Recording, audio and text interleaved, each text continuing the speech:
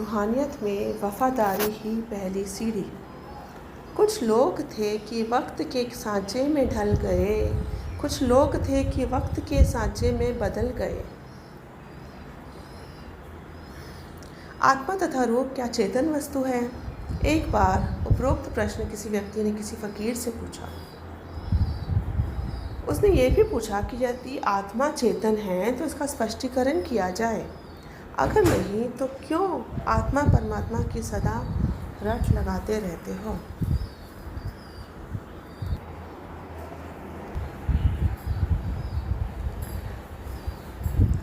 इस प्रश्न का दिया जाने वाला उत्तर चाहे हाँ में तो था, परंतु केवल हाँ मात्र से प्रश्नकर्ता की संतुष्टि करवा देने से उस प्रश्नकर्ता को आत्मा की यथार्थता के प्रति अपना एक भिन्न दृष्टिकोण स्थापित करने के लिए सहायक होना था।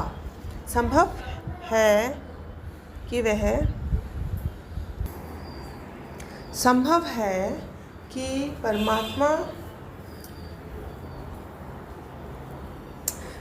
कि वह परमात्मा के अस्तित्व को अस्वीकार करके सृष्टि की रचना संबंधी अपने मस्तिष्क में भिन्न भिन्न विचार उत्पन्न करता। जैसे कि कहा जाता है कि 8 मिलियन पूर्व वानर से मनुष्य बना था, वास्तव में सत्य और है। इस आधार पर फकीर द्वारा दिया जाने वाला उत्तर प्रश्नकर्ता की सोच को गलत अथवा सही स्थिति की ओर ले जाने वाला एक माध्यम बन जाता था। आत्मा का रूप सूक्ष्म है, अर्थात आत्मा को देखा नहीं जा सकता, किंतु यह भी निश्चित है कि आत्मा चेतन है। केवल इतना ही नहीं, यदि गहरी दृष्टि से विचार करें तो आत्मा सृष्टि का मूल आधार है एवं आधार उत्पन्न करने वाली सुप्रीम पावर वह राम अल्लाह गॉड है। फकीर ने उत्तर दिया, विश्व में विचरते सभी प्राणियों का महत्व उनके चलने फिरने, बोलने तथा अनेक उनके द्वारा प्राप्त होने वाले लाभ के कारण है। जब भी कोई जीव मर जाता है तो उसका महत्व शून्य हो जाता है। आप तनिक सोचें कि उसमें एक क्षण पहले क्या था जिसके द्वारा हम उससे हंसते तथा खेलते थे, और उसके शरीर से ऐसी क्या वस्तु चली गई जिसके पास अब हम बैठकर असुविधा अनुभव करते हैं। उस जीव का शरीर तो वही है, वही उसके वस्त्र हैं, वही उसका पहले वाला रंग रूप है। फिर ऐसी अदृश्य वस्तु क्या थी जो एक क्षण पहले की प्रसन्नता, मधुरता तथा आनंद अपने साथ ले गई? क्या वह आत्मा अथवा रूह तो नहीं थी? हाँ, वह आत्मा अथवा रूह ही थी। आत्मा वह शक्ति है जो हमें परस्पर वार्तालाप करवा रही थी, एक दूसरे से प्रेम करने के लिए आकर्षित कर रही थी। क्या आप सोचते हो कि हड्डियों और मांस का बना ढांचा अपने आप में हरकत करता है? उदाहरणार्थ, मृतक शरीर पर तलवार से आक्रमण करो, उसको कोई दर्द अनुभव होगा? कोई रोने की आवाज़ आएगी? अर्थात नहीं आएगी। अब जीवित प्राणी पर ऐसा प्रहार करो, उसी समय हाहाकार मच जाएगा। वह जीव दर्द से तड़फ कर भययुक्त स्थिति उत्पन्न कर देगा।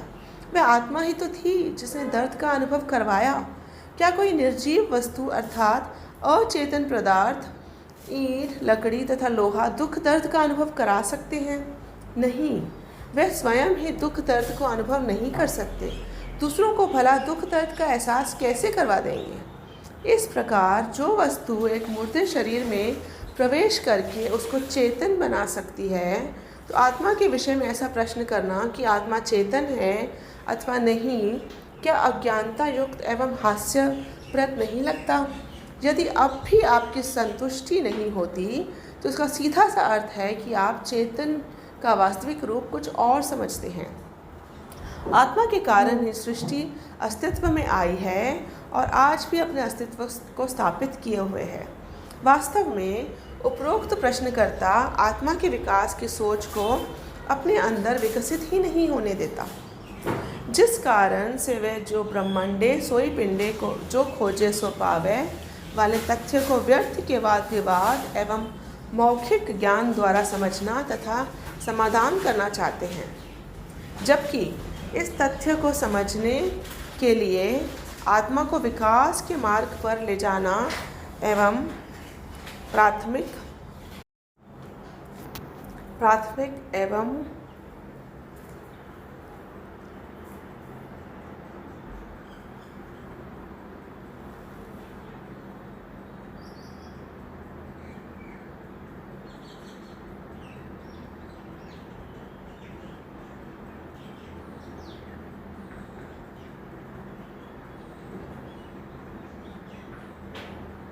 आवश्यक कार्य है।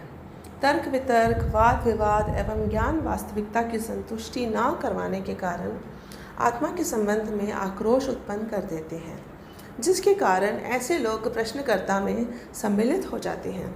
ऐसे प्रश्न अपने मस्तिष्क में बिठा लेते हैं और सारा जीवन वास्तविकता से अनभिज्ञ होकर गुजार कर चले जाते हैं। पंजाबी में प्रसिद्ध लेखक प्रिंसिपल निरंजन सिंह ने अपनी पुस्तक धर्म तथा विज्ञान में लिखा है कि अंदर आप बाहर भी ओही, कलाधार जिन सगली मोही। ये संसार एक ही ज्योति का पसारा है।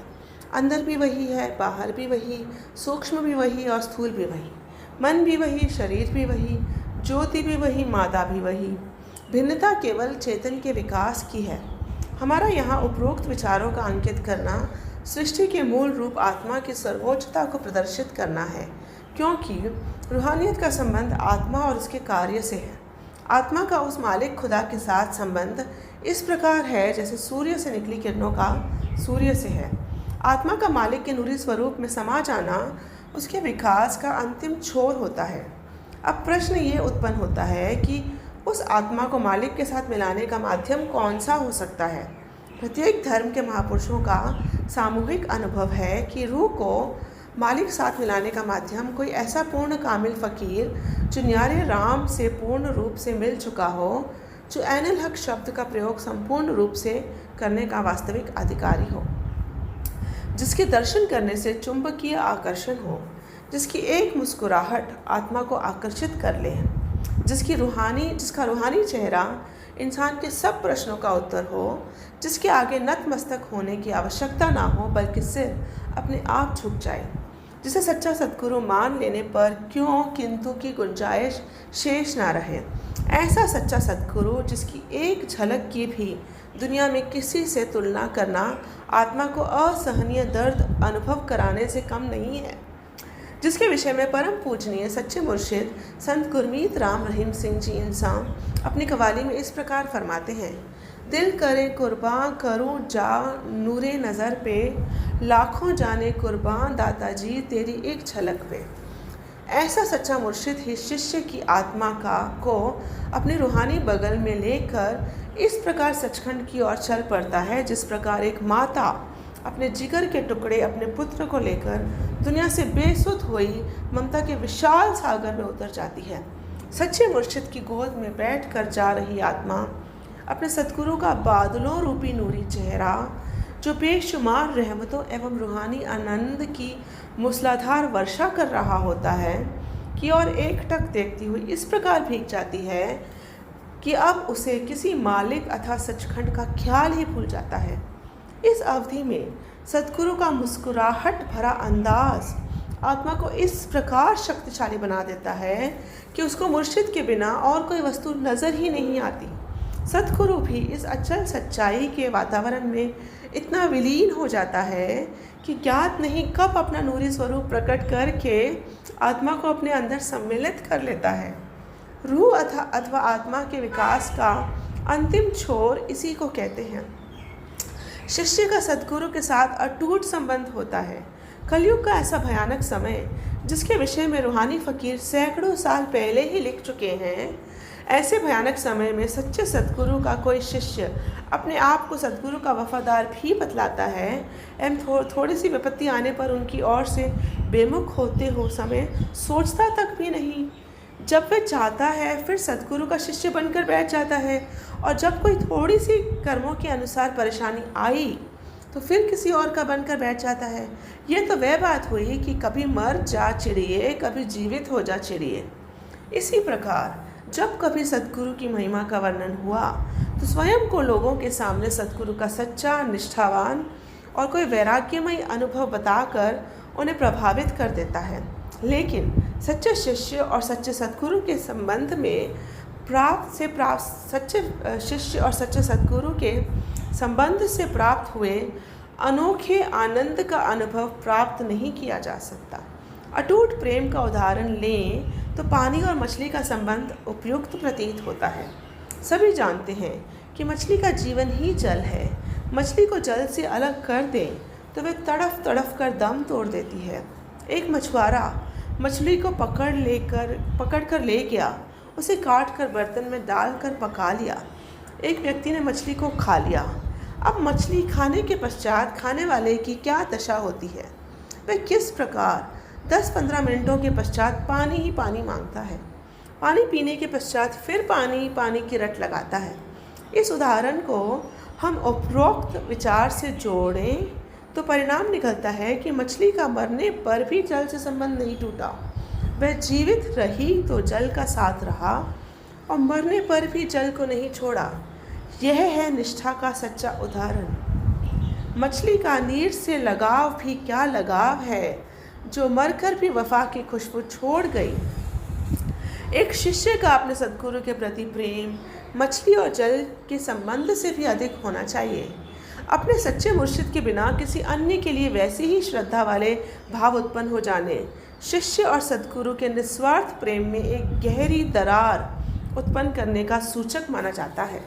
कहते हैं, जिसका आत्मबल निर्बल होता है तो वे किसी मनुष्य अथवा बात का बायापन देखकर शीघ्र प्रभावित हो जाते हैं। रूहानियत के अनुसार अविश्वासी शिष्य भी इसी पंक्ति में आता है, जो विश्व में साधारण रूप में विचरने वाले अपने आप को गुरु कहलवाने वालों का बाह्यपन देखकर तुरंत प्रभावित हो जाता है और ऐसा अपराध कर बैठता है जिसको रूहानियत में सबसे बड़ा अपराध माना गया है, अर्थात बेमुख का ऐसा कलंक स्वयं पर लगा लेता है जिसका समाधान उस सच्चे सद्गुरु के बिना विश्व में किसी और के पास नहीं है, जिससे वह किसी साधारण व्यक्ति का बाह्यपन देखकर बेमुख होने पर एक क्षण भी नहीं लगाता। स्वयं को गर्वित कहलवाने वाला आधुनिक इंसान स्वाभिमान के उचित अर्थ से परिचित नहीं है अथवा सब कुछ जानते हुए भी स्वाभिमान के प्रति उतना संवेदनशील नहीं जितना कि बड़ी बड़ी डींगे मारकर दुनिया को प्रभावित करने का प्रयास करता है। बताइए, इसका आंतरिक स्वाभिमान कहाँ जाता है? चेतन के वास्तविक रूप आत्मा को ठेस पहुँचाता हुआ अपने वास्तविक पिता को छोड़कर मार्ग में जाते ऐसे वैसे को पिता कहने में तनिक भी नहीं झिझकता। इन्हीं प्रश्नों के उत्तर ऐसे निर्बल आत्मबल वाला इंसान कभी भी नहीं दे सकता। वास्तव में सच्चा स्वाभिमानी अपने समक्ष किसी को ऐसा प्रश्न करने का अवसर ही नहीं देता, परंतु अगर्वित व्यक्ति आत्मबल से निर्बल होकर मन का गुलाम बन जाता है। इसी कारण से ऐसी क्रियाओं को करने का यह स्वभाव बना लेता है। इसमें कोई संदेह नहीं कि सच्चा सद्गुरु मालिक, प्रभु, परमात्मा से किसी प्रकार से कम नहीं होता। सच्चे सद्गुरु की एक विशेषता यह है कि शिष्य को किसी अवस्था में अकेला नहीं छोड़ता। प्रत्येक क्षण शब्द रूप में उसके अंग संग रहता है। परंतु जैसे कहते हैं कि आप मरे जग प्रलय, यदि एक शिष्य का सीमित बुद्धि अथवा अकल द्वारा किसी गैर से नाता जोड़ने का विचार वास्तविक हो गया तो उसकी आत्मा को तो दुविधा में फंस गई। आत्मा जो सच्चे सद्गुरु के जिगर का एक टुकड़ा होती है, सद्गुरु के दर्शन ही आत्मा की खुराक होती है। आत्मा को दुविधा में इसलिए कहा गया है कि रूह ही आत्मा है, परंतु है बेमुख शिष्य के शरीर में। अब चाहे भी तो अकेली स्वयं शरीर में से निकलकर सद्गुरु के पास कैसे चली जाए? पहुंच सकती ही नहीं, क्योंकि ये तो विधि का विधान है जो ऐसा करने में रुकावट डालता है। नहीं तो रूह को तो चेतन का पुंज है, उसके समक्ष एक हड्डियों और मांस से निर्मित शरीर का क्या अस्तित्व है जो आत्मा को ऐसा करने से रोक सके? रूह शरीर में कैद होने के कारण विवश होती है। आत्मा के लिए उस समय तक जल के बिना मछली के तड़फने का समय आरंभ हो जाता है जब तक शिष्य के प्रति विरोधता के करके सच्चे मुर्शिद के इलाही स्वरूप का ख्याल करते हुए कदम नहीं बढ़ाता। पूर्ण सच्चा सद्गुरु शिष्य के प्राणों का आधार होता है। वह शिष्य के प्रत्यक्ष व अप्रत्यक्ष रूप से समझाता रहता है, उसे विशेष प्रकार के अनुभव करवाता रहता है जिसके विषय में उसने स्वप्न में भी कभी सोचा नहीं होता। इतना ही नहीं, भूतकाल में हुए अनुभवों का वर्तमान में एहसास करवाता है कि अमुक समय में मेरे सद्गुरु ने मेरी रक्षा की थी, अमुक विपत्ति में मेरे इस प्रकार छुटकारा करवाया था। ये एक बात लिखनी आवश्यक है, वह ये है कि मालिक ने मनुष्य को खुद मुख्तियारी का जो अधिकार दिया है और साथ में मन रूपी अदृश्य दुश्मन स्थापित किया है, जो शिष्य के समक्ष ऐसा चक्रव्यूह रचाता है कि सब तरह के अनुभवों को एक तरफ रख देता है। वह शिष्य को सद्गुरु से बेमुख होने के लिए अधिक से अधिक प्रयास करता है। मन अत्यधिक शिष्यों के समक्ष ऐसे चक्रव्यूह की रचना करता है, परंतु खुद मुख्तियारी वाले अधिकार का प्रयोग करते समय कुछ अविश्वासी शिष्य थर्मामीटर के पारे के समान डावाडोल होते रहते हैं, मन के समक्ष नतमस्तक हो जाते हैं, एक ऐसा नया खसम बना लेते हैं जो स्वयं पहले से मन का हर पक्ष से गुलाम बना होता है। चाहे ऐसा गुरु बड़े धर्म कर्म तथा ज्ञान की बातें सुनाता है, लेकिन साधारण लोग स्वयं बने गुरु से प्रभावित हो जाते हैं। जैसे पहले ही बताया गया है कि कमज़ोर वृत्ति के इंसान किसी के बायापन को देखकर जल्दी ही प्रभावित हो जाता है, परंतु अमलों से विहीन होने के कारण ऐसा स्वयं बना हुआ गुरु उस शिष्य की आत्मा के लिए अत्यंत दुखदायी सिद्ध होता है। जैसे कहते हैं, आप तो बाबा बैंगन खाए औरों को उपदेश बताए, अमला दे बाँझो जी आलमा इल्म निकम्मे सारे। जैसे मछली खाने के पश्चात वह इंसान को पानी के बिना रहने नहीं देती, चाहे वह इंसान पानी के बिना किसी अन्य तरल जैसे दूध, लस्सी, शहद आदि का सेवन करता रहे, पर जितनी देर वह पानी नहीं पीता उसके अंदर जलन और बेचैनी समाप्त नहीं होती। पानी ही अंदर की उस अग्नि को शांत करने की क्षमता रखती है।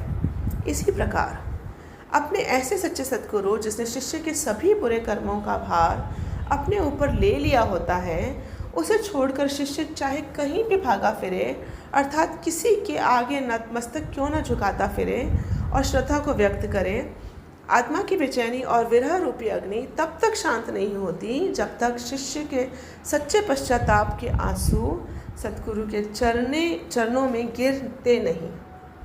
जब तक ऐसा शिष्य सच्चे मन से पश्चाताप नहीं करता। सद्गुरु शक्तिशाली है, अर्थात सर्वशक्तिमान है, दयालु है, बख्शनहार है, क्षमा कर देगा। वह किसी के अधीन नहीं है। वह बड़े बड़े अपराधियों को क्षमादान दे देता है। यदि आपके प्रति उसके हृदय में दया आ गई तो समझ लेना कि आपके अपराध समाप्त हो गए, क्योंकि उसकी नज़र करम में से निकली एक अदृश्य किरण असंख्य पापों का नाश कर देती है। ये तभी होगा यदि शिष्य के सच्चे अंतःकरण से पश्चाताप का निकला हुआ लावा फूट पड़े। विश्वास करें, सच्चे पश्चाताप से निकले हुए 2 आंसू मुर्शिद को ऐसे शिष्य को क्षमा करने के लिए विवश कर देते हैं। शिष्य जो अपने मन के पीछे लगकर भयानक अपराध कर बैठता है, उसका समाधान केवल सद्गुरु ही कर सकता है। डींगे मारने को वह 100 डींगे मारे, पर वास्तविकता तो रत्ती भर छुटलाया नहीं जा सकता।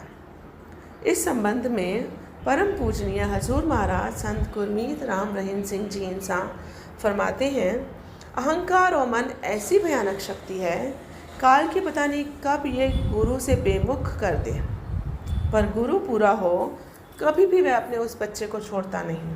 बच्चा चाहे कहीं भागता फिरे, परंतु मालिक की दृष्टि में वह उसका बच्चा ही है। कोई जाति करता है, गलत काम करता है, उसका दंड अवश्य मिलता है और उसकी खुशी अवश्य अदृश्य हो जाती है, अर्थात वह खुशी मिलनी बंद हो जाती है। डींगे मारकर वह दुनिया को चाहे कितना ही कुछ बताता रहे, हम बड़े प्रसन्न हैं, बहुत कुछ हमें मिलता है, हम सच्चे सौदे के पूरे जानकार हैं, पर रूहानियत के विषय में यदि कोई कहे कि हम जानते हैं, उसकी मूर्खता है। रूहानियत में यदि सारी ज़िंदगी भी लगा दी जाए तो उसे कोई पढ़ नहीं सकता। जितना हम इसकी गहराई में जाएंगे उतना ही ज्ञान प्राप्त करते जाएंगे। अतः हमें अधिक ज्ञान प्राप्त करने के लिए समय चाहिए। उसको मिलने के लिए अटूट श्रद्धा और निष्ठा की आवश्यकता है। धन धन सद्गुरु, तेरा ही आसरा।